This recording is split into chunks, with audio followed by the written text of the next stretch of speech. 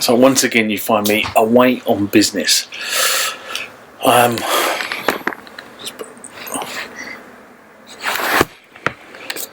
So here we are in actually sunny Glasgow. Here is some more Mailbag. So the first one comes from Magic Knight. It says, newbie question, once you formatted it, what do you do with it? So in response to DX7 video I did in 2016, January 2016 actually, about formatting the RAM cartridge. Well, two reasons why you want to format a RAM cartridge. One is that it's got a load of data on it you don't want, so you want to format it to get rid of it, and second is if it's a brand new RAM cartridge you need to initialize it. So that's the reason why you format it, and once you formatted it then well, you know, put whatever you like, but basically what you're doing is you're saving the DX synthesizer tone data down onto the cartridge for instant recall. That's pretty much the reason why you have a RAM cartridge. And to be honest, most people will say, well, you can always use SysX for that sort of stuff. It's a bit of a faff, I find anyway. So I tend to use RAM cartridges because RAM cartridges are so much easier to use and quicker than having to set up SysX, baud rates, configure computers, and then drop files.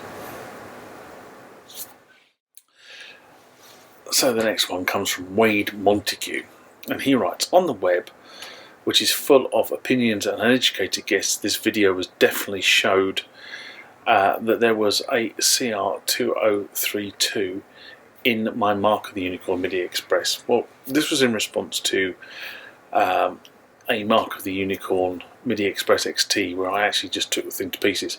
And I'm going to do a piece about that because somebody else has asked a question about why do I take units to pieces. But I did. I published the video back in January 2017.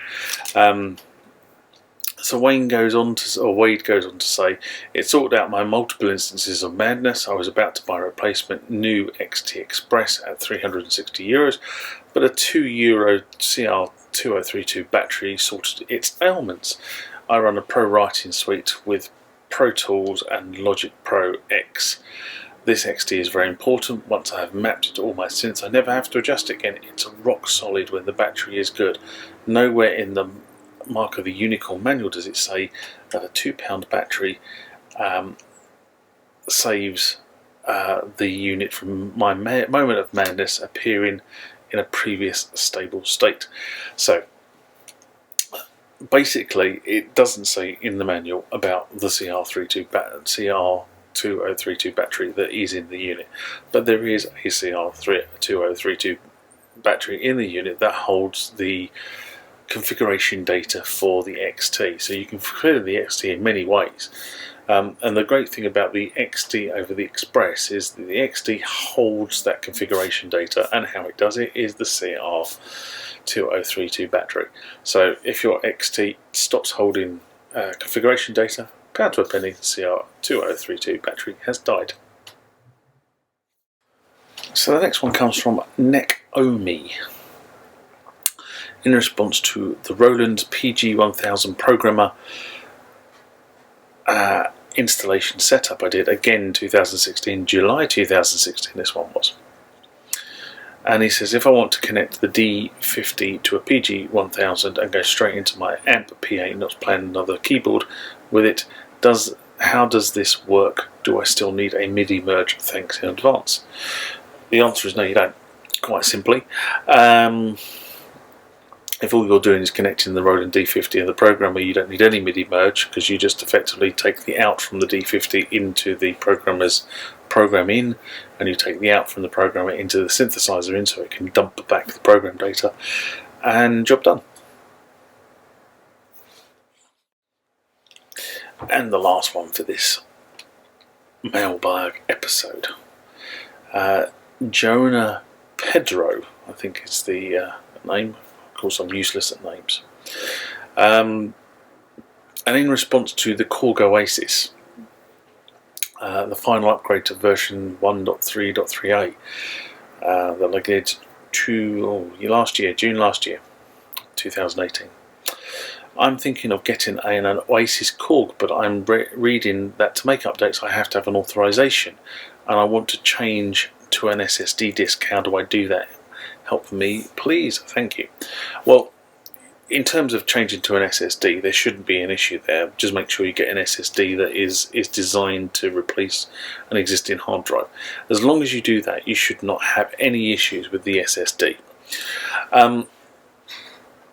The first thing you'll need to do, though, is you'll need to, before you put the new SSD in, is you will need to format it. So you will need the original OASYS disks.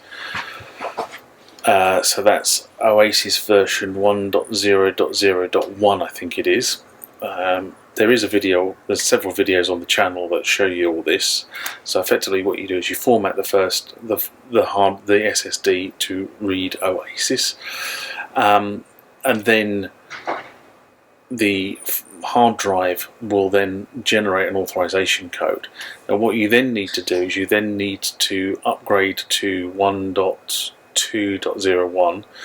At the 1.2.01, the authorization code is then displayed. You then get the authorization code, go to korguser.net, register your OASYS there, and once you've registered your OASYS, you can then generate the install codes for the sound engines that Korg gave away free when they discontinued support for the OASYS. So that's kind of how you do it, and then once you've done 1.2.01, you can then upgrade to 1.3 and then to 1.3.3a, which is the last operating system upgrade for the OASYS. Hopefully that makes sense, but go and watch the videos in the playlist on the channel, because they will tell you how I did it. Obviously you can't use my authorization code because the authorization code is tied to the keyboard. So even if I did give you my authorization code, it would be a waste of time because it wouldn't work on your keyboard. Remember, hit that like button if you like what you saw. Subscribe to the channel and hit the bell icon to be notified about more rants, more mailbag, more questions and answers, and more videos about this sort of stuff when it's loaded to the channel. Until next time, bye bye.